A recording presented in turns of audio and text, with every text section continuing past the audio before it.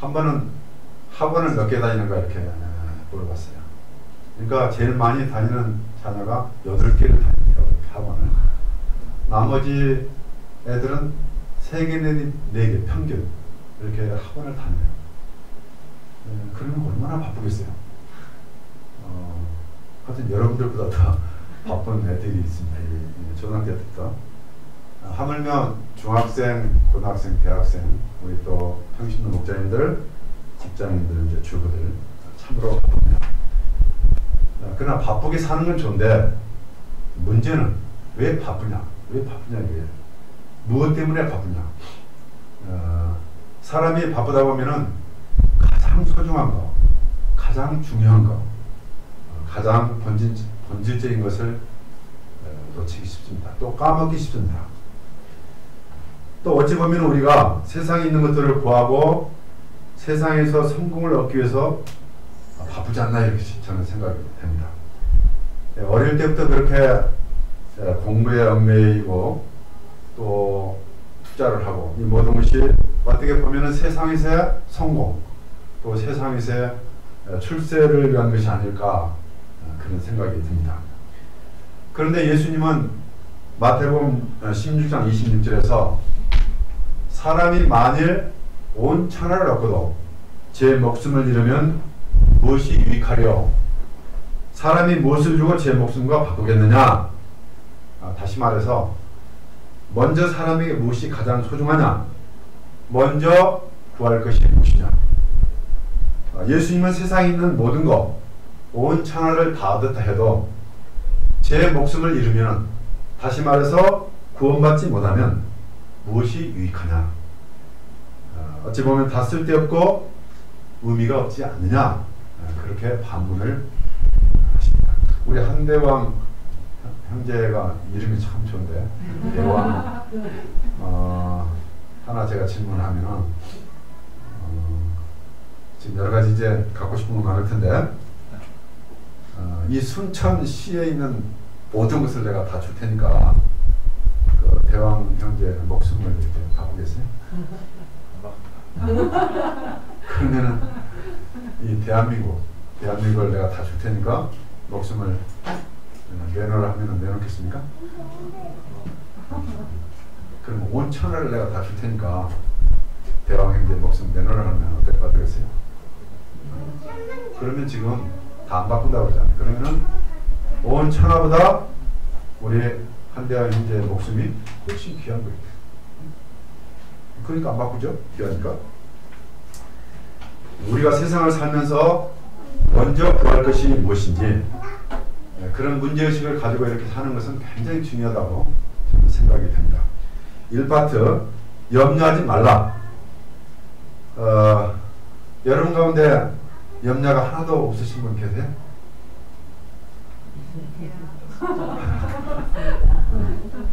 우리 장인수 목사님 어떠세요? 안 해? 조지영 목사님 어떠세요? 염려가 있어요 없어요? 많이 있어요. 많이 있다가 하나만 이야기해 보시죠.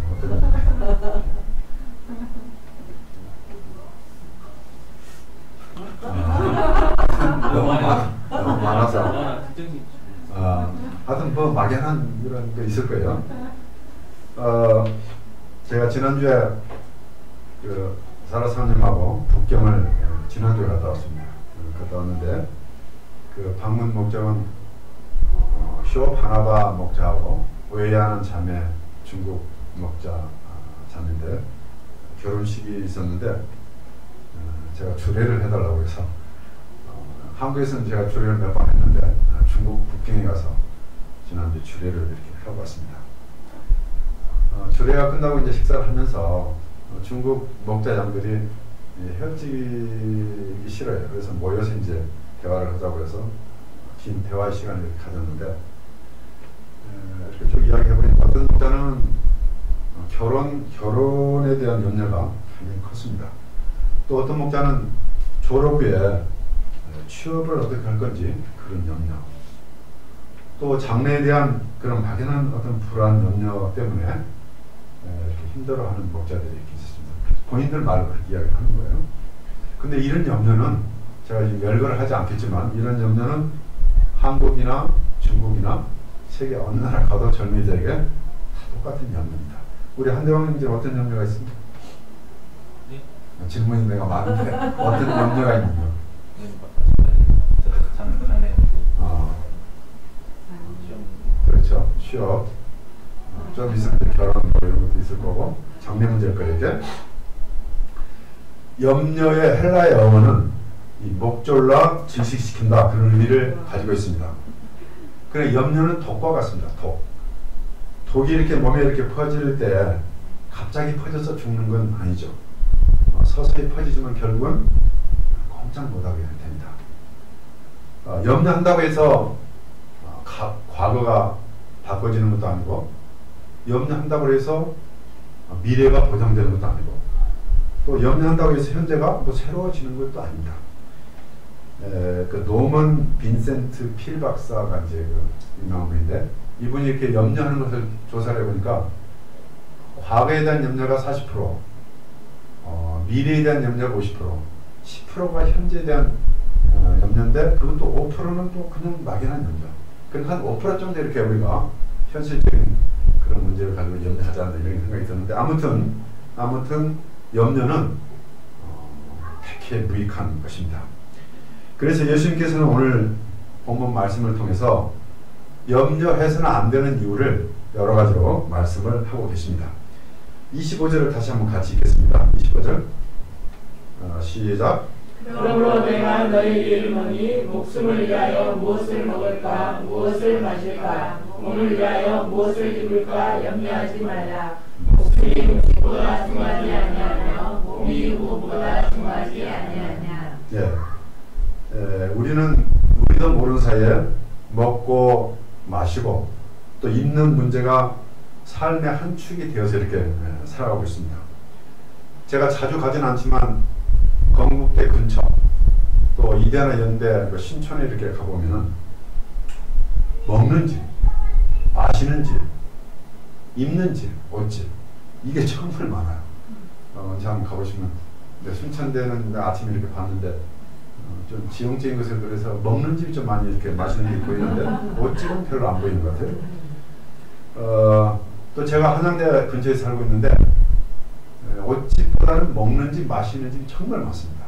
한양대 그 바운다리에 제가 지금 여기 들어오면서 보니까 순천 이제 UF 간판 있고 바로 옆에 깐풍기 그다음에 이제 소주 영어로 써졌고 밑에 비어, 퍼프 이렇게 지금 아주 그 묘하게 이렇게 대조되어서 간판이 있는데 제가 어제 지금 여기서 잤는데 한 새벽 3시쯤 이렇게 깼어요. 하여튼 그 남녀 젊은이들이 그냥 술을 먹고 계속 그냥 떠들어와요. 이게 바로 밑에가 지금 꼭지인가봐요. 제가 잠자는 상당히 예민한데 그래서 전에 같은 저 자식들 그냥 이렇게 같은데 제가 기도를 했습니다. 저 젊은 참 좋은 지금 인생에 있어서 황금 같은 시간인데 저들이 잘 이렇게 다음에 저렇게 늦게까지 술 먹지 말고 이렇게 잘 인생을 살도록 기도를 이렇게 했는데 아무튼 우리 젊은이들도 먹고 마시고 입는 것에서 자유롭지 않은 것 같습니다. 물론 우리가 먹고 마시고 입는 것이 우리 삶 가운데 없어서는 안 될 중요한 것들입니다. 하지만 그보다 더 중요한 것은 예수님도 말씀하셨지만 사람이 떡으로만 살 것이 아니요 하나님의 입으로 나오는 모든 말씀으로 살 것이다. 그러니까 지금 먹고 마시고 입는 전 떡이죠. 그러나 여기서 하나님의 입에서 나오는 말씀 이것을 살아라 하셨는데 우리가 떡도 필요하지만 그걸 가지고는 우리 인생이 우리 영혼이 결코 만족될 수 없다는 것도 아는 것도 굉장히 중요하다는가 그렇게 예수님이 말씀을 하십니다. 예수님은 또 염려해서 안 되는 이유를 26절에서 말씀을 하십니다.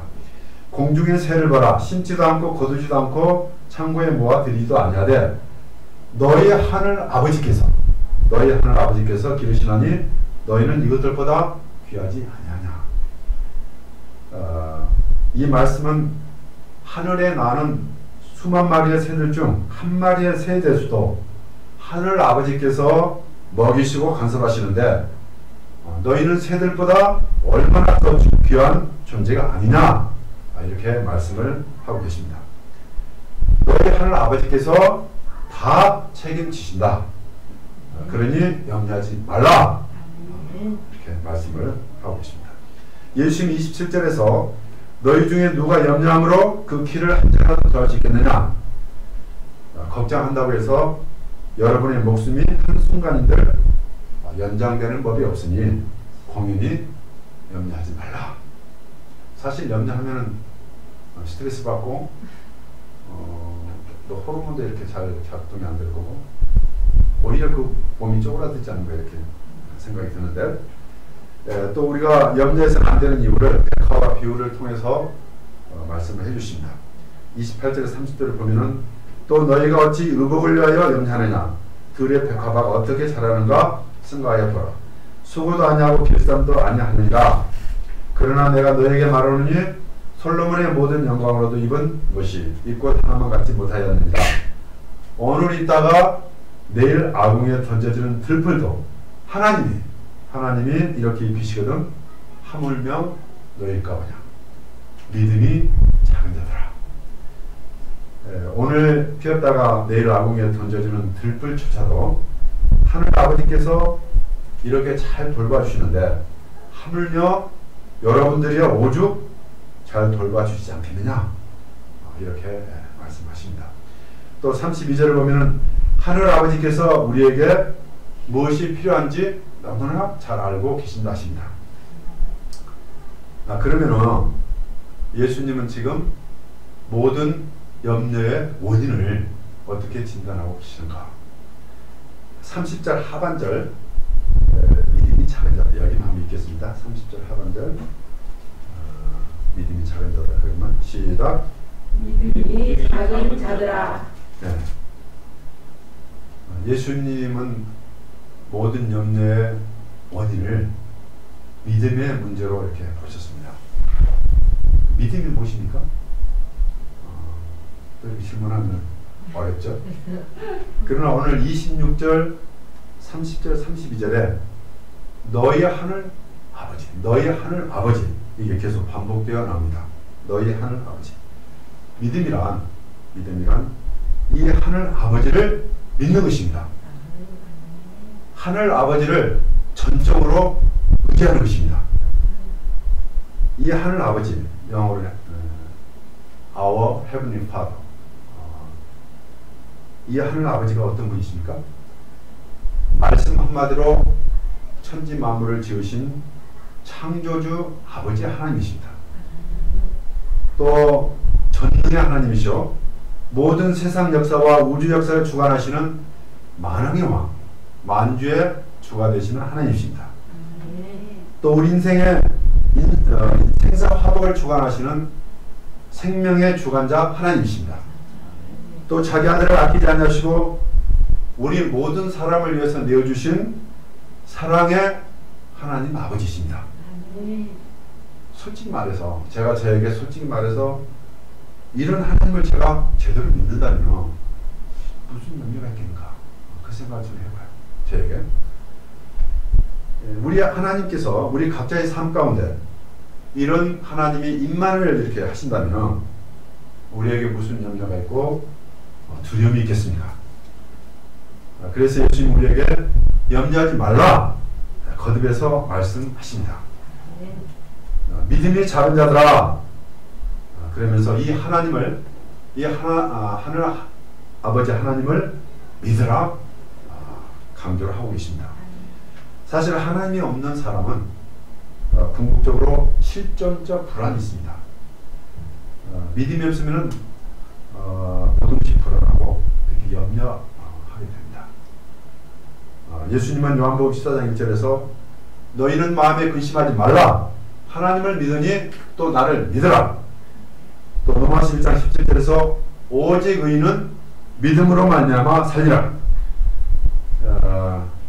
우리가 오직 하나님을 믿음으로 모든 염려에서 우리 아까 염려가 많다고 그러셨는데 모든 염려에서 자유함을 얻기를 간절히 기도합니다. 아멘. 이 파트 너희는 먼저 그의 나라와 의를 구하라.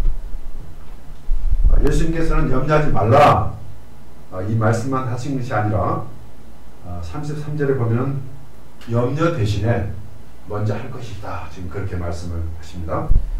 33절 말씀은 참 중요한 말씀이기도 합니다. 그런즉 너희는 먼저 그의 나라와 그의 의를 구하라. 그리하면 이 모든 것을 너희에게 더하시리라.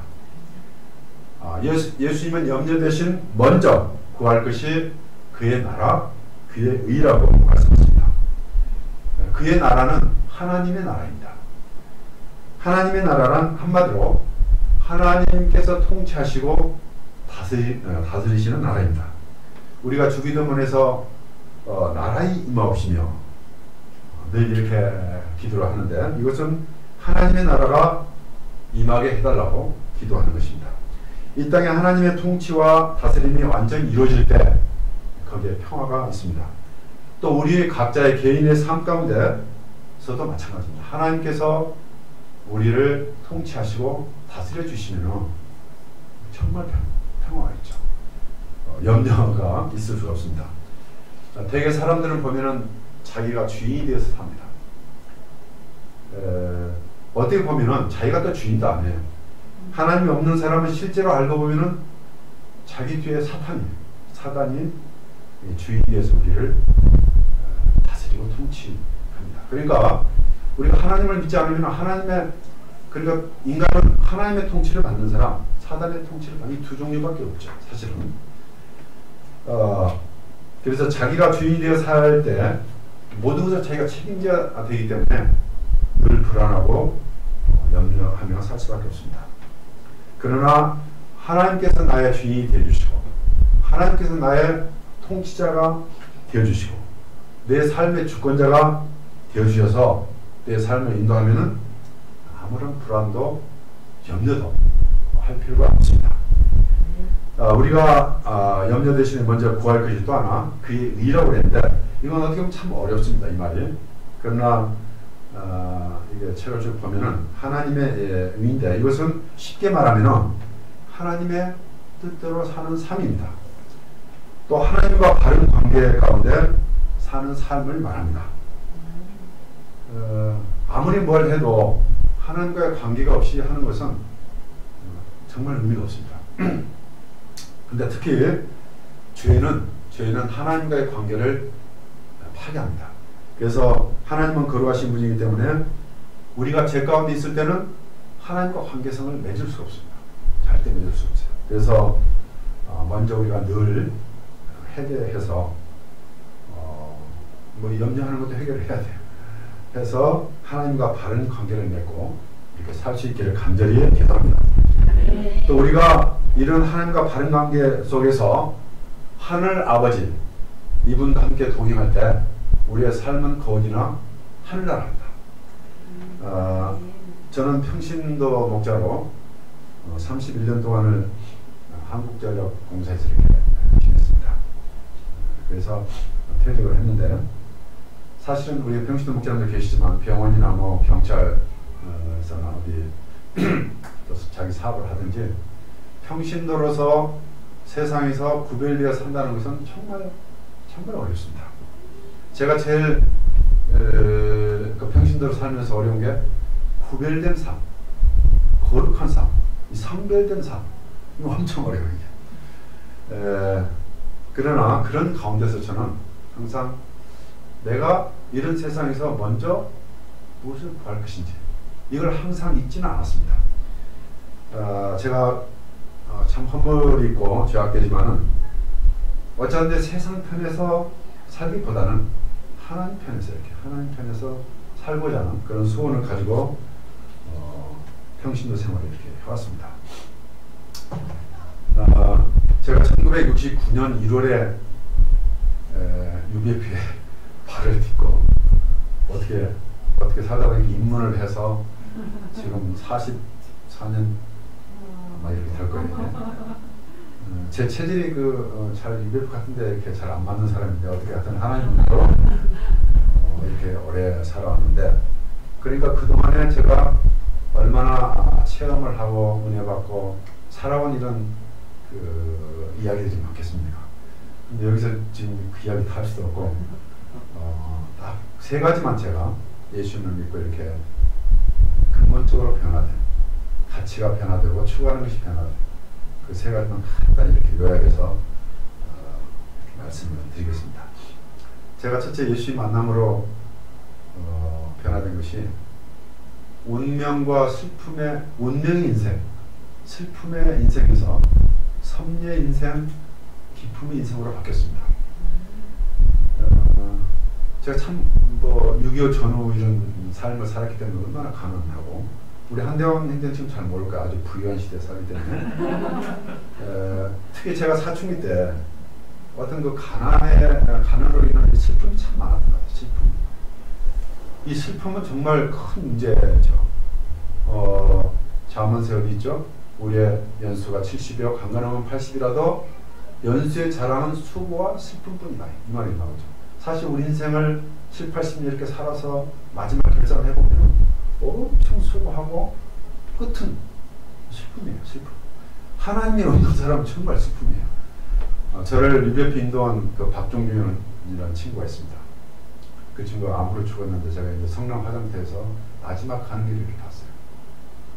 정말 화장하고 나머지 뼈조각 몇 개 하고 이걸 마지막 보여줘요. 그리고 이제 보여주고 가루로 부셔서 이런 단지에 담아서 보내주는데, 제가 가만히 이렇게 보니까 이것처럼 슬프고 허무한 게 없어요. 내가 많은 사람을 봤지만 정말 친한 친구이기 때문에 다가오는 게 너무 강하게 이렇게 다가와서 제가 한 2주 동안 아팠어요. 충격이 심했나 봐요. 근데 정말 하나님 없이 사는 마지막은 수고와 슬픔뿐인 것을 이게 처절하게 느꼈는데, 저는 그냥 어렸을 때부터 그 슬픔이 있어가지고 그래서 잘 울었습니다. 왜 그랬는지 모르겠는, 지금도 좀 슬픈 일을 보면 잘 우는 편인데, 또 가정 환경에 대한, 그 시대에 대한 이런 그 운명적인 생각이 참 많았어요. 운명적인 생각은 슬프잖아요, 그것도. 그래서 운명과 슬픔의 생각이 저를 늘 이렇게 무기력해하고 이렇게 가라앉게 다운시키고, 어찌 보면 이제 제가 예수를 만나지 않았더라면 이런 운명과 슬픔의 감옥에서 계속 살았을 거예요. 그러나 예수를 만남으로 이런 운명과 슬픔의 감옥에서 해방이 돼서 지금은 섭리의 인생, 기쁨의 인생. 제가 전혀 슬픔이 없어요. 지금은 운명적인 요소가 전혀 없습니다. 정말 근본적인 그런 변화를 시켜주신 하나님께 늘 감사를 합니다. 우리 여러분들도 어떤 섭리의 인생, 기쁨의 인생을 살 수 있기를 기도합니다. 아멘. 또 저는 이제 두 번째 예수를 만남으로 자기밖에 모르는 아주 이기적인 이런 사람이었어요. 제가 가난했지만 8남매 장남인데, 그러니까 옛날에 시골의 부모들은 장남을 이렇게 잘 섬겨줍니다. 대접을 잘해요. 저도 가난했지만 대접을 잘 받고 이렇게 살았어요. 막 보리밥 먹고 그럴 때도 저는 쌀밥을 상당히 이렇게 섞어주고. 근데 처음에는 몰랐지만 나중에 동생들한테 미안하고 그러니까 그리 마시라고 이렇게. 얼마나 미안해 동생들에게. 하여튼 그렇게 어렸을 때 자랐기 때문에 굉장히 자기 중심적인, 자기밖에 모르는 이런 사람이었는데, 제가 예수님을 만나고 남에게 관심을 갖는, 또 남을 섬기는, 남을 사랑하는 이런 목자로 이렇게 바뀌었어요. 이것은 여러분들은 잘 모르겠지만 저에게서는 엄청난 변화입니다. 나에게만 관심을 갖는 사람이 남에게 관심을 갖고 사는 인생으로 바뀌었다. 이것은 저에게 엄청난 변화이고 지금 생각해보면 굉장히 큰 축복입니다. 근데 자기만을 위한 인생은 결코 행복할 수가 없습니다. 제가 긴 삶을 이렇게 여러분들 살아왔지만 자기만을 위한 삶은 결코 행복할 수가 없습니다. 저는 아침마다 새벽기도를 하는데 제 기도 속에는 많은 선교사님들, 또 아픔 있는 가정들, 동역자들, 또 2세, 다음 세대들, 또 여러 양들을 위한 기도가 있습니다. 그래서 남에게 관심을 가지며 그들을 위해서 사는 이런 목자의 삶을 살게 하신 하나님께 감사합니다. 또 마지막은 이제 예수님을 제가 만남으로 이 땅에만 소망을 두지 않고 하늘나라에 하나님 나라의 소망을 두고 사는 그런 삶을 살게 됐습니다. 사실 제가 예수님 만나기 전에 유일한 제 소망은 돈 버는 거였어요. 오늘날 돈의 힘이 크잖아요. 엊그제 신문 보니까 전에는 이혼의 그 첫째 원인이 성격 차이였는데 이제는 바뀌어서 돈 때문에 이혼한다고 해요. 그게 제일 프리티가 높아요. 지금 오늘 본문 그 6장에 보면 24절을 보면은 너희가 하나님과 재물을 겸하여 섬기지 못한다 이러는데 영어 성경에 보면은 You cannot serve both God and money. money가 대문자예요. 이건 돈신이에요. 돈신. 그러니까 하나님과 돈을 이렇게 대등하게 하는 예수님도 아시는 거예요. 돈의 힘이 얼마나 큰지. 물질주의, 물신, 돈신이 얼마나 파워가 큰지. 저는 이제 참 어렸을 때 가난하게 자라서 가난이 싫어서 돈을 벌고 싶은 그런 생각이 참 많았습니다. 그래서 대학도 무슨 상과대학 갔어요. 무조건 돈 벌겠다고. 그런데 그 돈 벌고 나는 꿈을 펼치기 전에 대학 1학년 때 이제 유배표 이렇게 연결돼서 성경 공부를 했거든요. 성경 공부를 하니까 이게 그게 아니잖아요. 이게. 돈을 버는 게 첫째 인생의 목적이 아니라는 것을 성경 공부를 통해서 이렇게 너무 일찍 알았어요. 좀 늦게 알았어야 되는데 너무 일찍 알아서 제가 돈 벌어보지를 못했어요. 그렇다고 뭐 돈에 부여되거나 그런 인생은 또 살지 않았습니다. 왜냐하면 다 해주신다 그러니까. 그래서 이때 예수님께서는 저에게 먼저 구할 것이 뭔지 이것을 말씀을 통해서 주셨습니다. 그래서 마태복음 6장 33절이 저의 평생 요절이 돼서 내가 먼저 구할 것이 뭔가 이 생각을 늘 하고 오늘까지 살아왔습니다. 사실 이 세상에는 구하고 싶은 것들이 참 많습니다. 저도 구하고 싶은 것들이 많았습니다. 여러분도 마찬가지일 겁니다. 많은 사람들이 돈, 명예, 권력, 지식, 업적, 세상의 인정, 세상에 높임받는 것, 쾌락 구하고자 하는 게 참 많죠. 또 이런 것을 구하기 위해서 시간과 마음과 모든 것을 돈을 투자합니다. 참 이해가 안 되는데 얼마 전에 경영신문을 보니까 서울신문에 3세, 4세 되는 애들에게 50만 원씩을 주면서 논술 공부를 시킨다고 해요. 강남의 부자 동네. 나는 믿기지 않는데 대한민국이 그렇습니다. 그러면 3살, 4살 되는 애들에게 논술 시키고자 하는 게 뭡니까? 좋은 대학 가서 좋은 대학 가서 세상적으로 출세하기 위해서 성공해서 그러면 안 되게.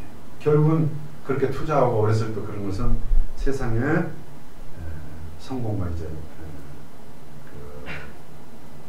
출세를 위해서 이렇게 하는 건데 그래서 사실 제가 평신도로 살면서 세상에 살면서 그런 유혹이 많지만 그러나 아까 이야기한 대로 먼저 구할 거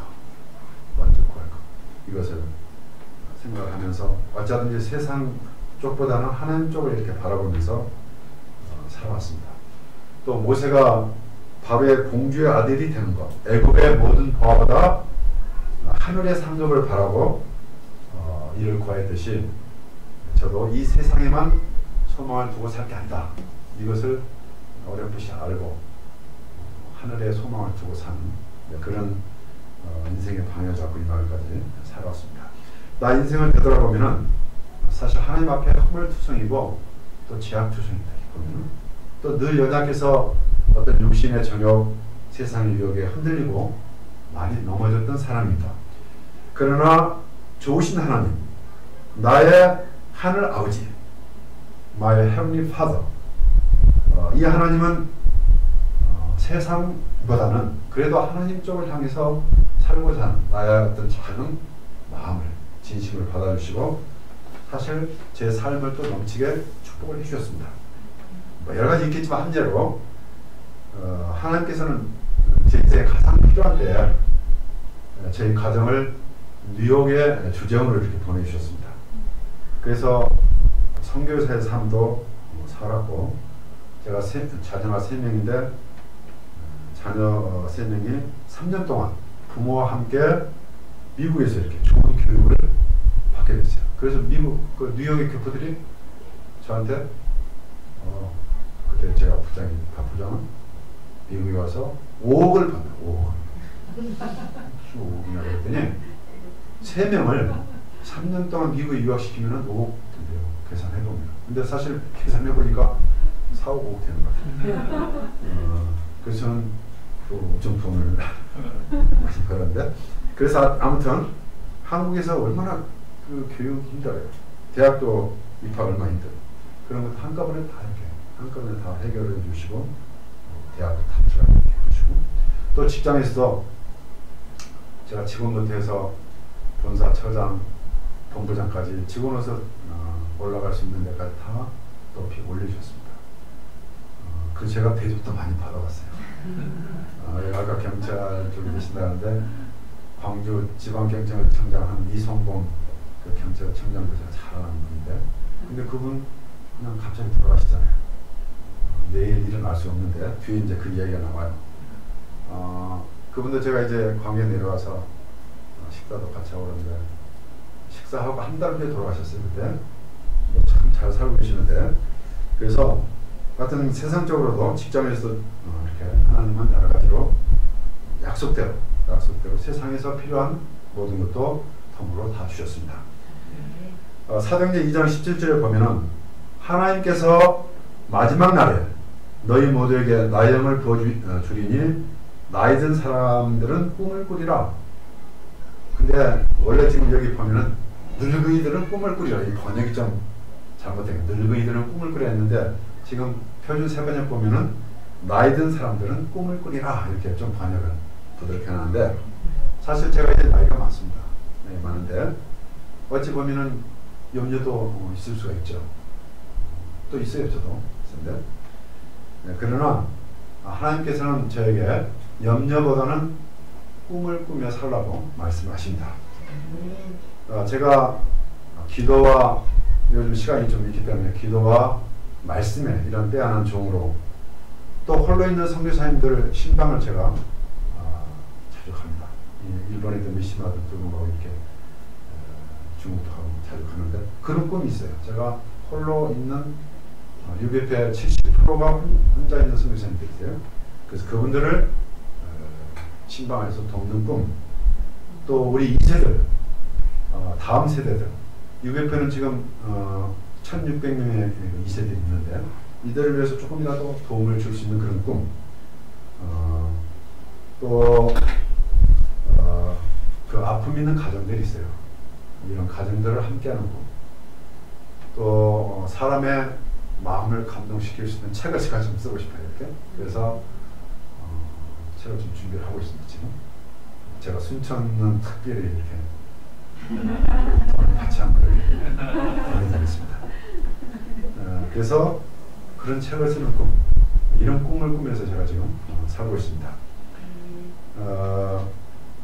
예수님은 지금 마지막으로 우리에게 또 부탁을 하시는데 34절을 다시 한번 읽어보겠습니다.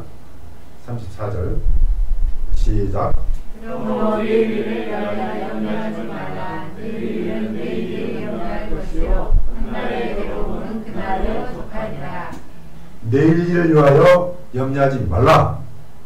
또 쉬운 성경을 보면은 그러므로 여러분은 내일 일을 오늘 걱정하지 마십시오.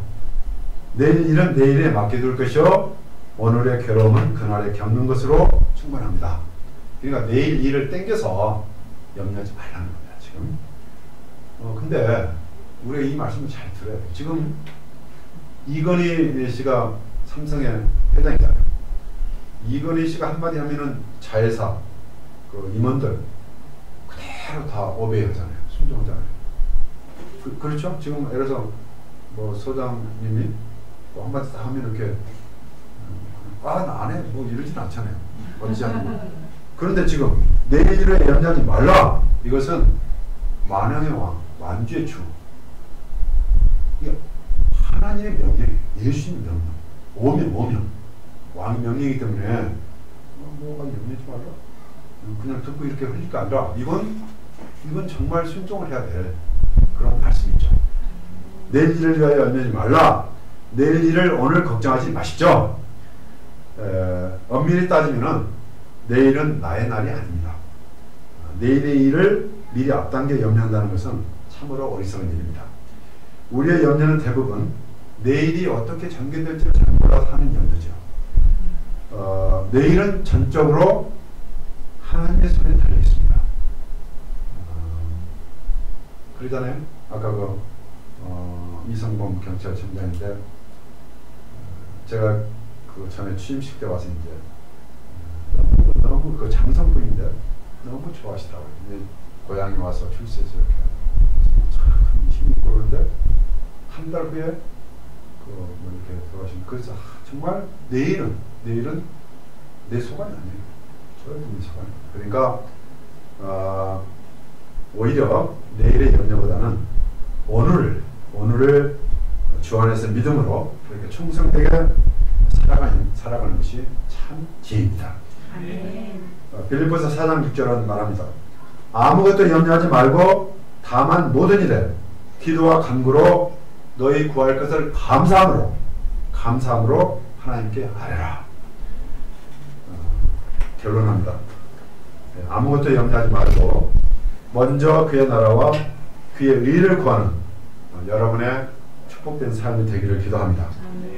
또 여러분들이 아무것도 염려하지 말고 지금 여기 몇 분 계시지만 저는 그냥 확 차있는 이런 모습이기 때문에 한마음 한뜻이 돼서 특히 이웃과 우리 순천대학 캠퍼스 또 순천에 있는 대학 캠퍼스 영혼들을 제가 옛날에 자박히 몰랐는데 다른 사람을 위해서 관심을 갖듯이 여기 있는 여러분들께서 이웃과 캠퍼스에 그런 젊은이들을 위해서 관심을 갖고 이들을 사랑하고 또 이들을 섬기는 그런 아름다운 삶을 살 수 있기를 간절히 기도합니다. 아멘. 33절을 같이 읽고 기도를 마치겠습니다. 33절 시작. 그러면 너희는 먼저 그의 나라와 그의 의를 구하라. 그리하면 이 모든 것을 너희에게